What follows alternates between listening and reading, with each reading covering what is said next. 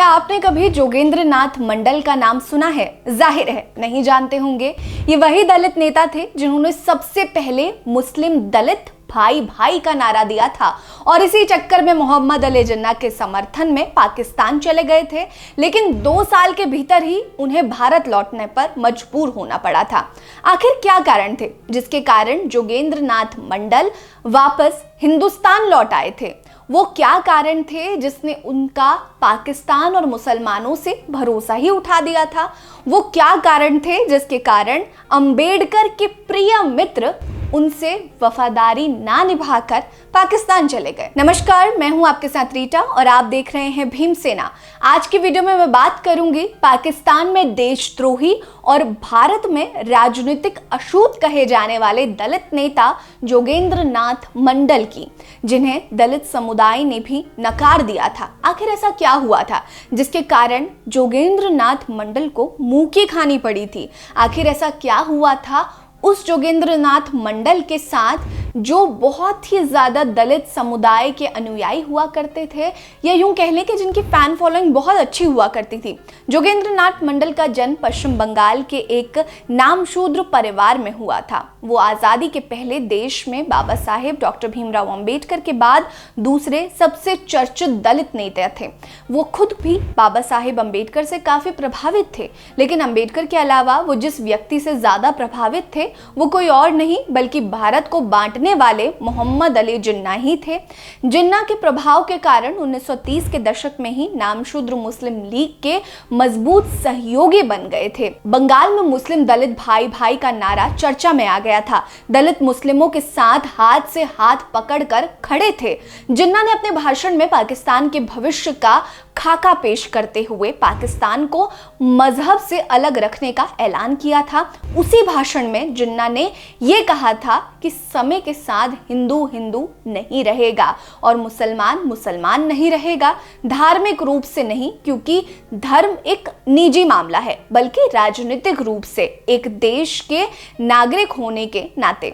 जिन्ना ने यह भी कहा था कि हम एक ऐसे दौर की तरफ जा रहे हैं जब किसी के साथ भेदभाव नहीं किया जाएगा, एक समुदाय को दूसरे पर कोई वरीयता नहीं दी जाएगी, किसी भी जाति या नस्ल के साथ भेदभाव नहीं किया जाएगा। ये शब्द जिन्ना के थे।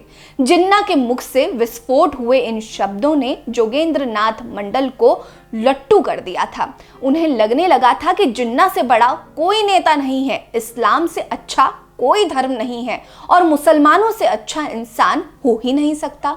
इसके बाद उन्होंने अपनी ताकत से असम के सिलहट को पाकिस्तान में मिला दिया था। 3 जून 1947 की घोषणा के बाद असम के सिलहट को जनमत संग्रह से ये तय करना था कि वो पाकिस्तान का हिस्सा बनेगा या फिर भारत का। उस इलाके में हिंदू मुस्लिम की संख्या बराबर थी। शातिर चाल चलते हुए जिन्ना ने इलाके में मंडल को भेजा। मंडल ने वहां दलितों का मत पाकिस्तान के पक्ष में झुका दिया, जिसके बाद सिलहट पाकिस्तान का हिस्सा बन गया। आज सिलहट बांग्लादेश में है और सिलहट को बांग्लादेश बनाने वाले दलित भारत में शरणार्थी के रूप में रह रहे हैं। आपको बता दें कि जोगेंद्र नाथ मंडल बाबा साहेब अंबेडकर के परम अनुयायी थे, लेकिन अपने राजनीतिक स्वार्थ के चक्कर में उन्होंने अंबेडकर के सिद्धांतों की तिलांजलि दे दी थी। अपने राजनीतिक स्वार्थ में अंधे मंडल को तनिक भी संदेह नहीं हुआ कि जिन्ना जो कह रहा था वो काफिरों को मूर्ख बनाने का इस्लामिक हथकंडे के अलावा कुछ नहीं था। इतने पढ़े लिखे और महान होने के बावजूद वो जिन्ना में भी अंबेडकर को तलाशने लगे थे। पाकिस्तान के संविधान सभा की पहली बैठक 11 अगस्त 1947 को हुई थी, यानी औपचारिक स्वतंत्रता से 3 दिन पहले। जब भारत और पाकिस्तान ने 14 और 15 अगस्त को स्वतंत्रता प्राप्त की, तब तक मुस्लिम लीग दलितों के साथ संबंधों को एक सांचे में ढाल चुकी थी। 1947 में विभाजन के बाद जोगेंद्र नाथ मंडल अपने समर्थकों के साथ पाकिस्तान चले गए। पाकिस्तान में उन्हें प्रथम कानून और श्रम मंत्री बनाया गया।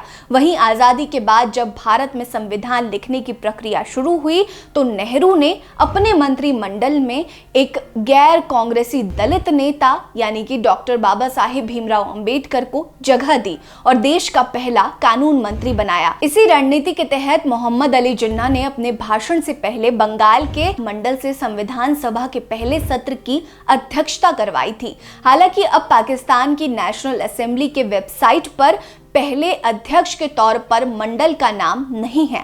हालांकि पाकिस्तान में बंटवारे के बाद गैर मुस्लिमों के ऊपर भयानक अत्याचार, नरसंहार, लूट, बलात्कार और मंदिरों का विध्वंस देखकर जल्द ही उनका दलित मुस्लिम भाई भाई का भ्रम टूट गया। विरोध करने पर उन्हें देशद्रोही कहा गया। पूर्वी और पश्चिमी पाकिस्तान में हजारों लाखों दलितों का भयानक नरसंहार, बलात्कार और जबरन धर्मांतरण किया गया। स्त्रियों को नग्न कर सड़कों पर जुलूस निकालकर जश्न मनाया गया। मंडल को जल्द ही इस बात का एहसास हो गया था कि पाकिस्तान और जिन्ना को लेकर उन्होंने जो कुछ भी सोचा था वो सारी बातें फर्जी थी। जोगेंद्र नाथ मंडल के बेटे के अनुसार मंडल ने पाकिस्तान में जिन्ना पर भरोसा किया और दलितों के बेहतर भविष्य की उम्मीद में भारत में अपना सब कुछ त्याग दिया। लेकिन जिन्ना के बाद उसी पाकिस्तान में उन्हें राजनीतिक रूप से अशुद्ध बना दिया था। उसके बाद उन्होंने पाकिस्तान के तत्कालीन गृह मंत्री लियाकत अली को 7 अक्टूबर 1950 को अपना इस्तीफा सौंप दिया और भारत लौट आए।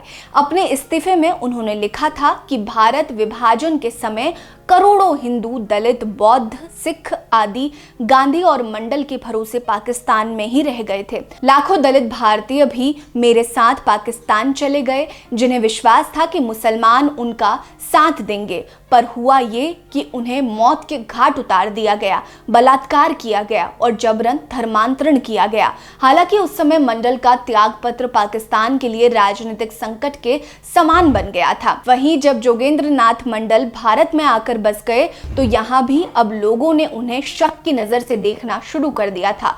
पाकिस्तान जाने से पहले वो भारत में दलितों के सबसे बड़े नेता डॉक्टर अंबेडकर के सहयोगी रहे थे, लेकिन अब मंडल का समर्थन करने वाला कोई नहीं था। 1950 में मंडल भारत लौटे तो वो अब न केवल एक अशुद्ध दलित थे बल्कि वो एक राजनीतिक अशुद्ध भी बन गए थे। 1968 तक उन्होंने अपना अधिकांश समय कलकत्ता के एक बेहद पिछड़े इलाके में बिताया। ये तत्कालीन प्रसिद्ध रविंद्र सरोवर या डकारिया झील का दलदली क्षेत्र था। पहले यहाँ दलित झुग्गियां थी। मंडल उन्हीं झुग्गियों में रहा करते थे। पाकिस्तान से आने के बाद उन्होंने फिर से अपनी पैंट बनाने की कोशिश भी की, लेकिन अब उन्हें कोई पूछने वाला नहीं था। उनके अनुयायी देश के प्रमुख पार्टियों में शामिल हो गए थे।